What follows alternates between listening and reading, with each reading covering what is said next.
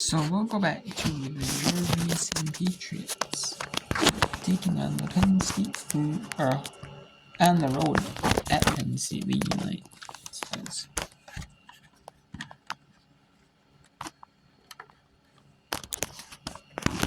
The Patriots are up 12 here on the Lady Lions of Penn State. Penn State's losing the Lady Lions. Here. Now with 8 minutes to go. Mason. 63-53 on Pennsylvania State. And there, no, but the foul on the 3-point shot. And we have here Colgate at home against Albany. Albany near at Colgate. Albany Great Danes at Colgate Raiders. At the Colgate Raiders.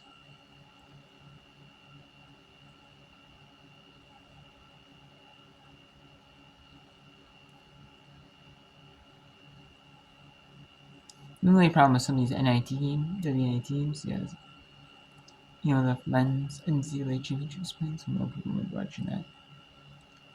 But the true fans of these universities, especially the home universities in these instances, they're gonna shout. Maybe some more fans will watch on the streaming.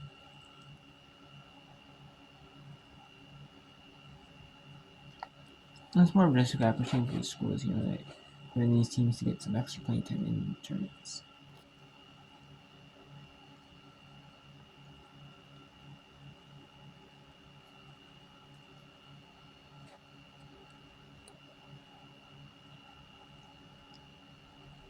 And we have a 56-50 lead in Monmouth upon the Buffalo Bulls.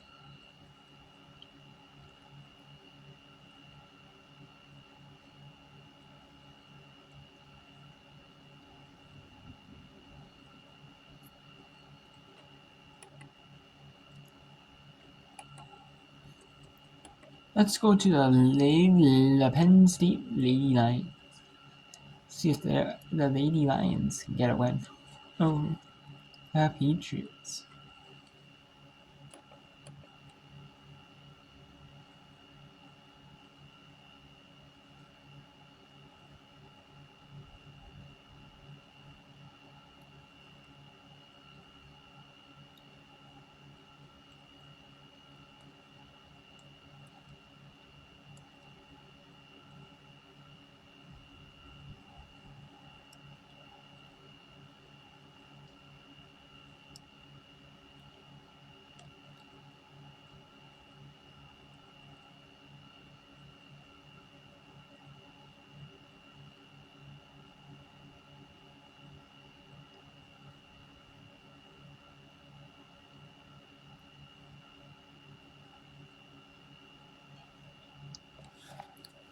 Seven minutes to go at the Bryce Jordan Center. And there it is, 9-point Penn State deficit.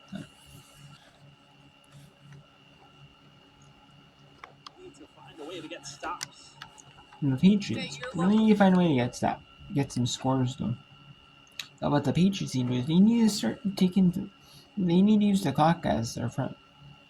I mean, you don't want to use the clock so much that you that you don't get a good shot. However, you just want to get a good shot, whether that's 5 seconds in the shot clock, whether that's 30 seconds in the shot clock. That's what you really want to do. And it looks like the Patriots, they're going to be taking a timeout here, as they are down 6 only now. And let's go to Monmouth Eagles and the Buffalo Bulls here. From Buffalo, New York. 50-50. Buffalo is down 8 to Monmouth. Monmouth is going to be trying to pull off the first road win in the 2024 postseason. Actually, Belmont did that. My bad. Belmont. The first road team to win in the postseason. Not a neutral site game. We're not talking a neutral site game. We're talking like a game where it's like a true road game.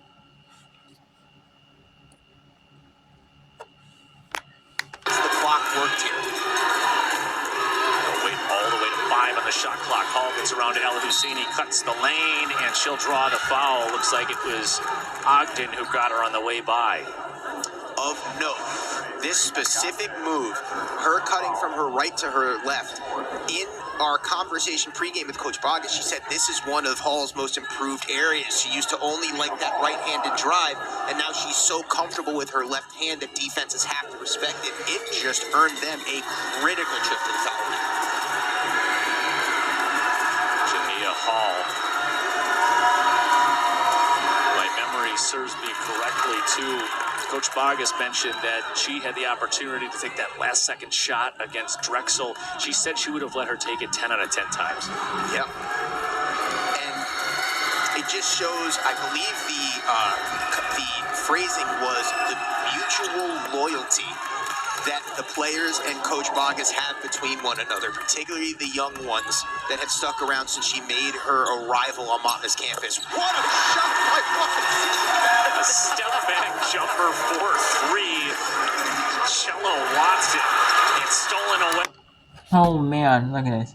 Turnover by Monmouth. And is it going to be a timeout? No, it's a foul call. So it looks like it's going to be the 5th foul on Monmouth. 3.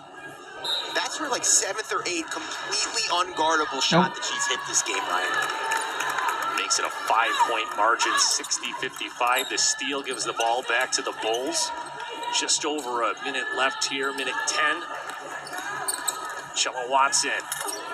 The floater is off the iron, pulled down by Davis as it's ripped away from Monmouth. The Bulls will have another opportunity, and that's going to generate a timeout as Coach Becky Burke will talk this one through.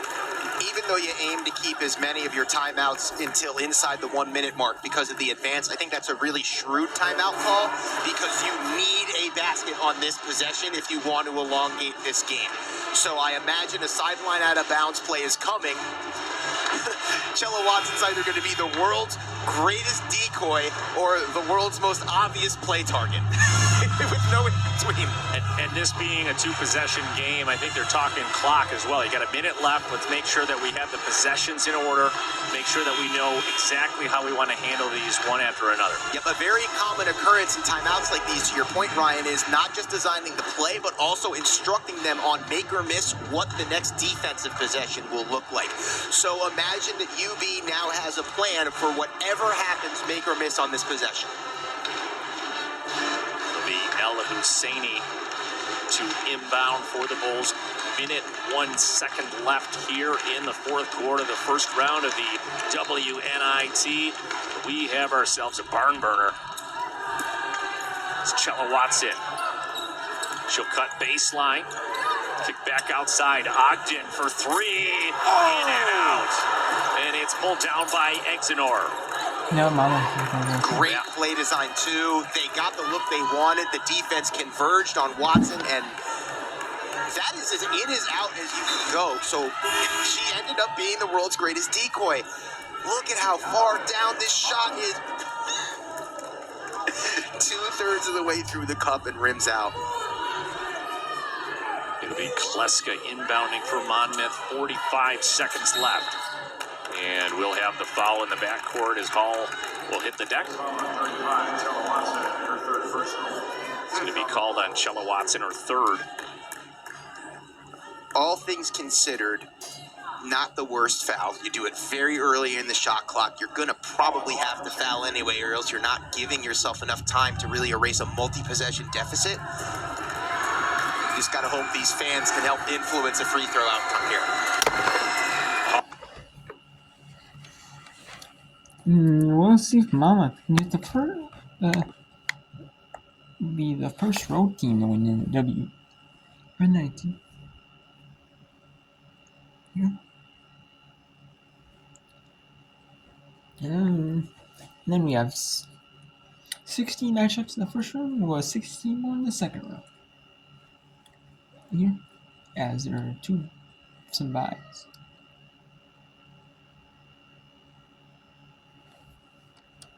So here's the risk you run, and it's kind of a double-edged.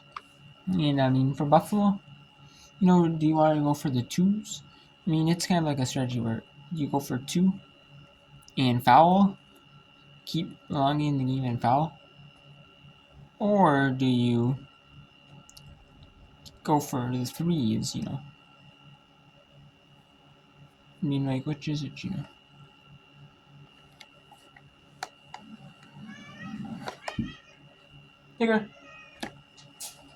There.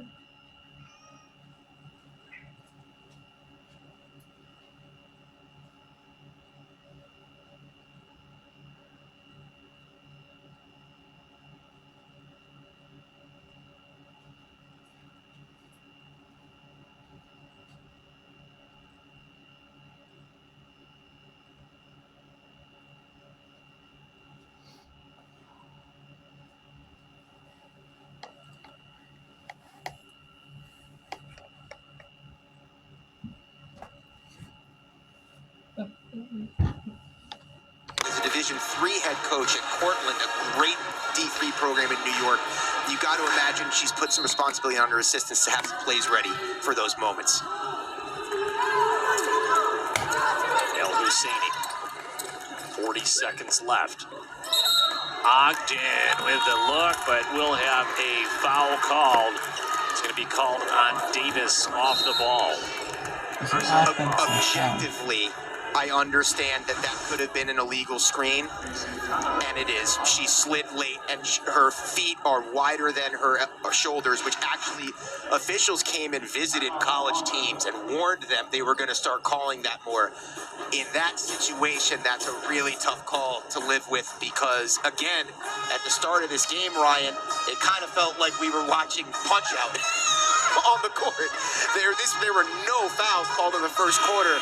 Sometimes it's very tough as a player to adjust when the game starts getting called differently over the course of the 40 minutes. So I understand the call, but that's a very tough one to live with if you're UB. Yeah, coming down the stretch, they just lost about 7 or 8 seconds left on that possession that they desperately need. The time dwindling, 38 seconds left, the margin 7, and the timeout by Monmouth will result in an advance of the ball past half court. It's Hall. She'll get swatted by Chella Watson. That'll be her 4th foul on the day. That's going to send Hall to the line again. Very good free throw shooter. I have to imagine that was part of the timeout discussion for Coach Bogus. Wanted to make sure that the ball got in the hands of a free throw shooter.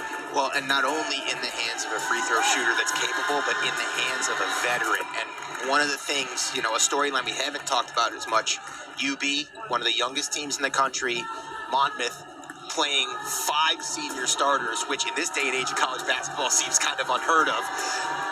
This is an experienced team that, if it were not for a buzzsaw Drexel team playing them in a wire-to-wire quarterfinal game, this is closer, kickball, I think, yep.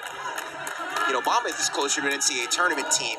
I think that based on the poise of their veterans down the stretch of this game, you kind of get the sense that they're viewing the WNIT as like a revenge tour of the Northeast. There's a lot of poise from their older players. Yeah, you mentioned the disparity there between the ages. The University at Buffalo Bulls are the 2nd youngest team in the country at the Division I level. That's a big-time shot from beyond the arc at a time when the Bulls needed it. See if they give a quick one. They do. Might be too little too late. We'll see, however, they desperately need points. Foul to slow things down. It's El Husseini taking the shot and draining it. Gave El Husseini 9 points on the day. Now, to give you an idea of winning time, if there's somebody to foul on their team, statistically it's Kleska. and she just casually drills the first free throw. Hits both of them. The second one's even cleaner. And so it looks like Buffalo is going to fall to Monmouth here. But we will see. There's still 21 point. But at this point, you know, I don't think you can down 8, and you have to foul. And I don't think you can sell for it too soon. At this point, you have to go for the 3.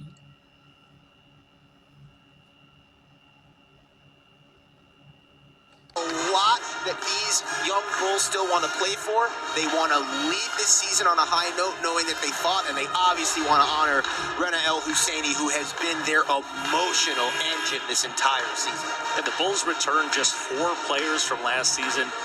Just a single starter. That it's not every day that's what happens to your roster. This Monmouth team, like you said, is just built differently. As you saw, Hall will step in front of the inbound pass, and that might very well be. That will do it. Monmouth is going to end up beating Buffalo 68-50. Here.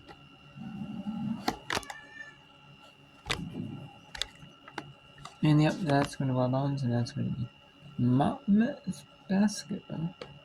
And Monmouth is going to do it. They're going to beat Buffalo 60-58.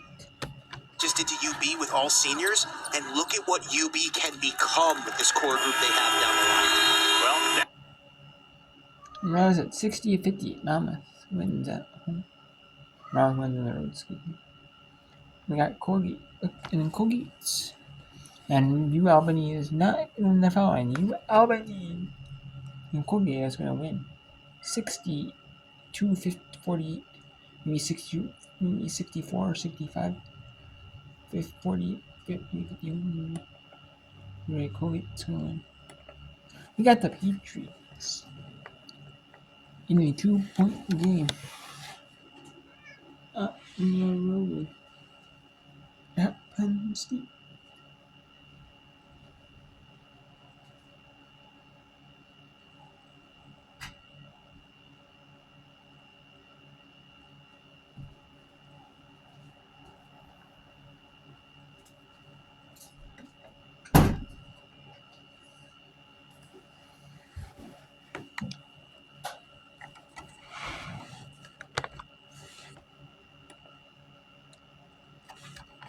Outlet up ahead to Owusu. Owusu right down the lane, fouled.